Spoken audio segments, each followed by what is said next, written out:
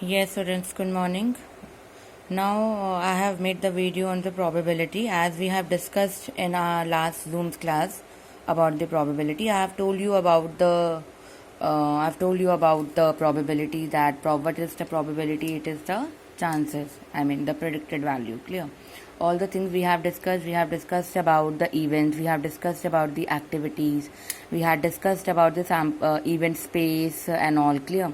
Now in this I'll just tell you then how the probability is being related with the life problems. Clear? How we can deal with the life problems depending upon the probability. Now probability, I'll start with the probability. Probability is the likelihood or the chance of an event occurring. कोई भी chance जिसकी हम बात करते हैं. Clear? तो probability is a chance. The event may or may not exist. Clear? अब how the probability is can be calculated. Probability is equal to the number of ways of achieving success upon the total number of possible outcomes. इसका मतलब ये है the number of ways of achieving success का मतलब ये है कि suppose मैंने कॉइन टॉस करा है. क्लियर? सो उसमें दो ही टोटल नंबर ऑफ आउटकम्स कितने हैं? 2, हेड और टेल. तो यहाँ पर total number of outcomes, possible outcomes कितना आ जाएगा? 2. पॉसिबल आउटकम्स लिखा है, मैंने आपको पहले बताया था क्लास में. पॉसिबल आउटकम्स मीन्स जिसका हमें आउटकम पता है, जिसका हम कह सकते हैं कि इसमें इतने ही नंबर, जैसे डाइज है, डाइज में number of possible outcomes are 6 because as we know dice are carrying value from 1 to 6. ऐसे ही कॉइन में 2 वैल्यूज होती हैं. अगर मैं प्लेइंग कार्ड्स की बात करूं तो उसमें 52 कार्ड्स होते हैं. So they are the possible outcomes. Clear? तो नंबर ऑफ वेज मीन्स उसमें से मुझे किसका कैलकुलेट करना है. That is what we need to write in the numerator part. Now here example, the probability of flipping means tossing a coin and it being head. हम कह रहे कि हमने एक कॉइन को टॉस किया है और हम चाहते हैं कि उसका हेड आए. तो हेड की प्रोबेबिलिटी क्या होगी? हाफ होगी. क्योंकि अगर मैं इस फॉर्मूले में रखूं हेड कितने होते हैं कॉइन में? एक ही होगा, तो ऊपर 1 आ जाएगा. Total number of possible outcome कितने हैं कॉइन के? 2 हैं. तो कितना हो गया? 1/2. वैसे ही अगर मुझे टेल का निकालना होता तो क्या होता? वो भी हाफ होता. तो हेड और टेल की दोनों की प्रोबेबिलिटी हाफ हाफ है, 0.5%. क्लियर? तो दोनों की प्रोबेबिलिटी हाफ हाफ है, जिसमें हम लोग अपना ये कैलकुलेट करते हैं. अगर मैंने एक पार्ट और लिया है इसमें, ये there are 6 balls, there are 6 beads in a bag, 3 are red, 2 are yellow and 1 is blue. वो कह रहे हैं कि एक बैग है, एक बैग में बीड्स रखे हैं, उसमें 6 बीड्स हैं टोटल. तो टोटल पॉसिबल आउटकम्स कितना आ गया आपका? 6 हो गया. अब उसमें 3 तरीके की तो रेड कलर की बीड्स हैं, 2 आपकी येलो बीड्स हैं और 1 आपकी ब्लू बीड है. तो आपको किसकी प्रोबेबिलिटी निकालनी है इन तीनों कलर में से? What is the probability of picking a yellow? अब आपसे बोल दिया है इसमें कि आपको येलो कलर की बीड की प्रोबेबिलिटी निकालनी, कितनी हो सकती है. तो येलो इस फॉर्मूले में रखेंगे, total number of possible outcomes कितने हो गए? 6. अगर ये नहीं भी लिखा होता तब आप क्या करते? जितने भी तीनों कलर की टोटल बॉल्स बीड्स आपके दिए हैं उन तीनों को ऐड कर देते. तो 6 आ रहा है, तो पॉसिबल आउटकम आपका 6 हो गया. नंबर ऑफ वेज किसका निकालना है मुझे? येलो का. येलो बीड्स कितनी है मेरी? 2. तो प्रोबेबिलिटी कितनी होगी? 2/6, दैट इज 1/3. तो by this we can able to find out the probability part. Clear? Now next come to the probability tree.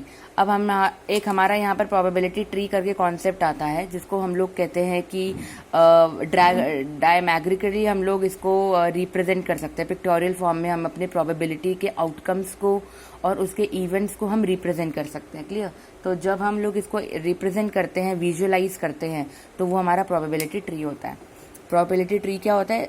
The tree diagram helps to organise and visualise the different possible outcomes. मतलब देख के, जैसे आप लोग जब अपना presentation बनाते हो या कुछ पिक्चर्स बनाते हो, तो अगर आप अपने सपोज कोई भी टॉपिक है, उसके टाइप्स हैं, तो आप उसको एक ट्री की फॉर्म में, एक डायग्राम की फॉर्म में रिप्रेजेंट करते हो कि हमको देखते ही समझ आ जाए कि इसमें इतने टाइप हैं. वैसे ही हम लोग अपने प्रोबेबिलिटी ट्री को रिप्रेजेंट करते हैं. तो ये विजुअलाइज फॉर्म है. नाउ जो इसमें क्या क्या है? ब्रांचेस और ends of the tree are 2 main positions. Branches होती हैं और इसमें एंड्स होते हैं. ये 2 मेन पोजीशंस होती हैं हमारी ट्री की फॉर्म में. Clear? Probability of each branch, probability of each branch is written on the branch whereas the ends are containing the final outcome. Branch का मतलब क्या है, जहाँ पर हम लोग उसके जो भी आउटकम की प्रोबेबिलिटी, जैसे मैंने कॉइन को टॉस किया तो उसमें हेड और टेल दो आउटकम्स हैं, जैसा मैं इसमें बता रही हूँ मैं आपको. इस तरीके से मैंने नोड स्टार्ट किया, अपना नोड बनाया, ये मैंने ब्रांचेस बना दी, एरोज. ये हमारे क्या है, ब्रांचेस. कितने भी आउटकम्स हो सकते हैं किसी के. तो ये आउटकम क्या हो गया, हेड और टेल. तो ये मेरे एंड्स हैं, दो पोजीशंस बताई हैं. एंड पोजीशन है मेरी इंपॉर्टेंट पोजीशन है. क्लियर. तो ये मेरे आउटकम्स हो गए, हेड और टेल. अब 0.5 का मतलब है हाफ हाफ. प्रोबेबिलिटी हेड निकालना है तो उसकी हाफ होगी प्रोबेबिलिटी. प्रोबेबिलिटी टेल निकालना है तो उसकी भी हाफ होगी. तो ये मेरी प्रोबेबिलिटी निकली है. और जहाँ पर प्रोबेबिलिटी ये लिखी गई है उसको हम लोग क्या कहते हैं, ब्रांच कहते हैं. तो इस तरीके से हम अपना एक प्रोबेबिलिटी ट्री भी कंटेन करते हैं. अब यहाँ पर एक टैबुलेशन फॉर्म में मैंने कुछ इंपॉर्टेंट टर्म जो हम लोगों ने डिस्कस की थी उसके बारे में बताया आपको. सैम्पल स्पेस आपको बताइए. सैम्पल स्पेस के it is a set of all possible outcomes, जो आपने पढ़ा था.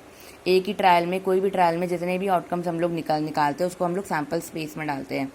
सैम्पल पॉइंट क्या, it is one of the possible result. कोई भी एक आउटकम की जब हम बात करते हैं तो हमारा क्या होता है, पॉसिबल रिजल्ट होता है. एक्सपेरिमेंट ट्रायल हमने आपको बताया था, ऑपरेशन हो गया, प्रोसेस हो गया या एक्टिविटी हो गया, उसको हम लोग एक्सपेरिमेंट्स और ट्रायल कहते हैं. मतलब अ सीरीज ऑफ एक्शंस हो गया where the outcomes are always uncertain. Clear. तो a series of action where the outcomes are always uncertain. Uncertain तो होगा क्योंकि हम लोग प्रोबेबिलिटी पढ़ रहे. प्रोबेबिलिटी में सर्टेनिटी आ ही नहीं सकती. प्रोबेबिलिटी हमेशा हमारा अनसर्टेन होता है, जिसको हम लोग फोरकास्टिंग बोलते हैं. क्लियर. तो ये हमारा एक्सपेरिमेंट ट्रायल हो गया. इवेंट हमारा हो गया, it is a single outcome of an experiment. कोई भी आउटकम जब निकलता है वो हमारा इवेंट होता है. आउटकम क्या है, possible result of a trial. जो रिजल्ट होता है वो हम, जैसे इसका एक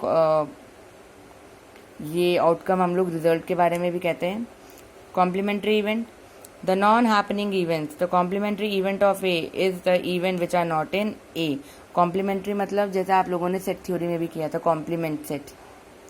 वो एलिमेंट जो सेट में तो है, जो यूनिवर्स में तो है, पर वो सेट में नहीं है, तो वो हमारे कॉम्प्लीमेंट्री इवेंट्स होते हैं.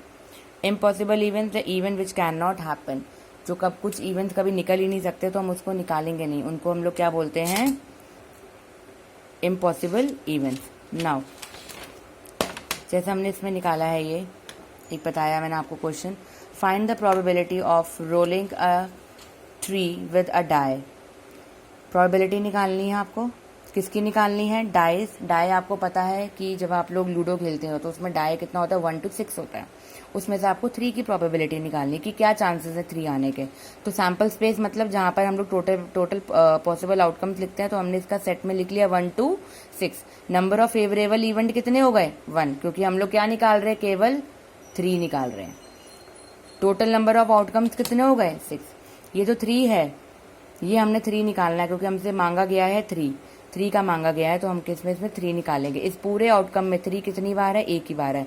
तो फेवरेबल इवेंट कितना हो गया, 1 हो गया.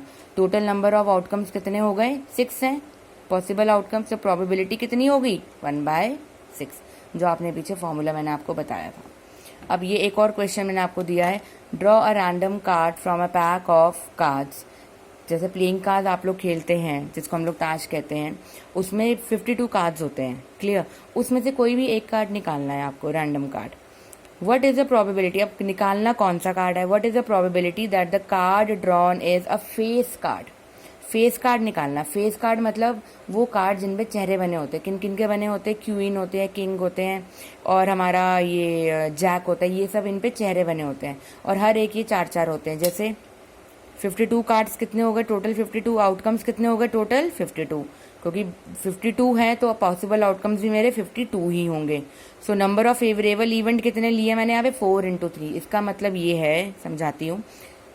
Jack, queen and king, they are the face cards. तो ये 3 हो गए, तो इसलिए 3. अब जैक भी 52 कार्ड्स में जैक 4 कार्ड्स होते हैं, 4 इन टर्म्स होते हैं. क्वीन भी 4 कार्ड्स होते हैं और किंग भी 4 कार्ड्स होते हैं. तो टोटल प्रोबेबिलिटी कितनी होगी इनकी, 4. तो हमने इस फॉर्मूले पे अप्लाई करा. टोटल नंबर ऑफ आउटकम्स हमने 52 लिया और फेवरेबल आउटकम्स मैम ने कितने निकाले हैं, 12. तो कितना आ गया, 3/13. 13। तो इस तरीके से आप अपने आउटकम्स को निकालेंगे। सिंपल प्रोबेबिलिटी में आपको डालना है कि फेवरेबल आउटकम्स हो और उसके नीचे टोटल नंबर ऑफ आउटकम्स हो, केवल आपको इतना ही निकालना है।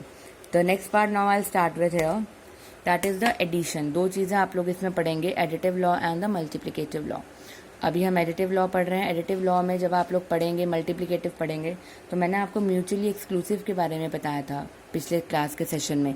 तो म्यूचुअली एक्सक्लूसिव क्या होते हैं कि occurrence of one event will not going to depend upon the occurrence of the another event. Clear? तो हमने ये आपको बताया था कि इनके एग्जिस्ट नहीं करता उनका इवेंट। नाउ एडिशन का रूल 1 प्रोबेबिलिटी, पहले आपको एडिटिव रूल बता दो प्रोबेबिलिटी का क्या है। एडिशन रूल 1, ये रूल 1 वो है जब इवेंट्स हमारे म्यूचुअली एक्सक्लूसिव होंगे। रूल 2 होगा जब हमारे इवेंट्स म्यूचुअली एक्सक्लूसिव नहीं होंगे। तो ये दो केसेस हैं हमारे एडिशन में। तो पहला रूल मैंने आज आपके साथ पहला रूल डिस्कस किया है अभी तक। When 2 events A and B are mutually exclusive, इसमें गिवन है कि ए और बी इवेंट जब मेरे म्यूचुअली एक्सक्लूसिव होंगे, then the probability that A और B will occur is the sum of the probability of each event. तो उसमें हम और लेते हैं, और हमेशा हमारा किस में लगता है? यूनियन में लगता है। तो हमारा फॉर्मूला हो गया ए और बी, मतलब दोनों में से कोई एक अकर होगा, पी ऑफ, और दोनों का इक्वल टू में P of A plus P of B हमने लिया। तो और की जगह हमने यहाँ पर यूनियन लगा दिया, सिंपल। तो probability of A or B is equal to sum of both the events. That is what the addition rule says. Now, with the help of numerical, I have explained here. A single 6-sided die is rolled. What is the probability of getting 2 or 5? एक dies आपका यहाँ पे लिख दिया है 6-sided। आपको पता है कि अगर डाई लिखा है तो आपको पता चल जाना चाहिए डाई मतलब only a one dice is being thrown. तो जिसमें पॉसिबल आउटकम्स हमेशा मेरे कितने होते हैं? 6 होते हैं। 1 2 3 4 5 एंड 6। उसमें से इन्होंने पूछा है प्रोबेबिलिटी किसकी मांगी है? 2 और 5 की। तो फॉर्मूले में लगाएंगे favourable outcomes upon total number of outcomes. तो प्रोबेबिलिटी ऑफ गेटिंग 2, आप यहाँ पे पूरा लिखेंगे प्रोबेबिलिटी ब्रैकेट में लिखेंगे of getting 2 is equal to, formula लगाएंगे। यहाँ पे मैंने डायरेक्ट किया है, आप पहले सारा फॉर्मूला लिखेंगे। प्रोबेबिलिटी 2 आपका पहले लिखा आपने यहाँ पे 1/6, क्योंकि 2 1 है तो 1 ही होगा और नीचे आपका 6 आएगा। 5 कितने हैं आपका? डाइज में एक ही बार होता है 5, रिपीट नहीं होता, तो ये हो गया 1। क्योंकि अगर आप एक ही ट्रायल में डाइज फेंकेंगे तो इवेंट आपका एक ही आएगा। तो यहाँ पर हमने लिख दिया 1/6। अब हमको ये लगाना है कि what is the probability of getting 2 और 5, दोनों में से किसी एक आने के चांसेस क्या हो सकते हैं दोनों में से एक के। तो हमने यहाँ पे लिखा 2 और प्रोबेबिलिटी, आप ऐसे लिखेंगे P डिनोट्स द प्रोबेबिलिटी। या तो आप पूरा प्रोबेबिलिटी लिखिए या तो आप कैपिटल P लगाए। P ब्रैकेट में लिखेंगे ऑफ गेटिंग 2 और 5 इज इक्वल टू, फॉर्मूला लगाएंगे P of A plus P of B, यानी P of 2 plus P of 5। तो उनकी वैल्यू पुट करेंगे तो आपको यहाँ पर आंसर मिल जाएगा। इस तरीके से करना है।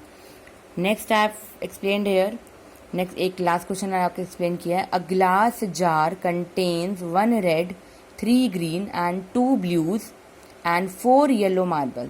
एक जार है जिसमें अलग अलग कलर्स के क्या हैं? कंटेनर्स पड़े हैं, ठीक है ना, मार्बल्स पड़े हैं। If a single marble is select at random, कोई भी एक मार्बल आपने उस जार में से निकाला, आपको पता नहीं है कि वो कौन से कलर का मार्बल निकलेगा, ठीक है। तो आपको ये बताना है what is the probability that it is yellow और ग्रीन। जब आपने उसमें से निकाला तो क्या प्रोबेबिलिटी होगी कि वो येलो होगा या ग्रीन। अब आपको दो चीजें दे दी है, येलो और ग्रीन निकलेगा। तो प्रोबेबिलिटी ऑफ येलो क्या होगी? Total number of yellow balls, yellow marbles कितने हैं? 4। और टोटल नंबर ऑफ मार्बल्स कितने हो गए? 1 + 3 4, 4 + 2 6 and 6 + 4 is 10। तो total marbles in a jar are 10। तो डिनोमिनेटर में हमने लिख दिया यहाँ पर 10। और येलो की बात कर रहे हैं तो total number of yellow marbles हमारे 4 हैं। सेम अगर हम ग्रीन की बात करते हैं, टोटल नंबर ऑफ मार्बल्स मेरे 10 हैं और ग्रीन कितने हैं मेरे यहाँ पर? 3। तो हमने यहाँ पर लिख दिया 3/10। तो प्रोबेबिलिटी निकालेंगे हम लोग P वाई और ग्रीन, यानी येलो और of getting, probability of getting yellow और ग्रीन। तो क्या होगा? Probability of yellow plus probability of green is, इन दोनों की वैल्यू रख दी और आपका ये निकल गया 7/10। So by this we need to find out कि how we can find out the probability Clear? So by using the formula favorable outcomes upon the total number of outcome, we are able to find out the probability of any of the event. So I have told you the addition rule. I have told only the addition rule 1. In the next video, I'll share you with the addition rule 2 and the multiplicative law of the probability. Now prepare this content and make all your doubts in a copy, and then we will be discussing in our next session. Okay, thank you.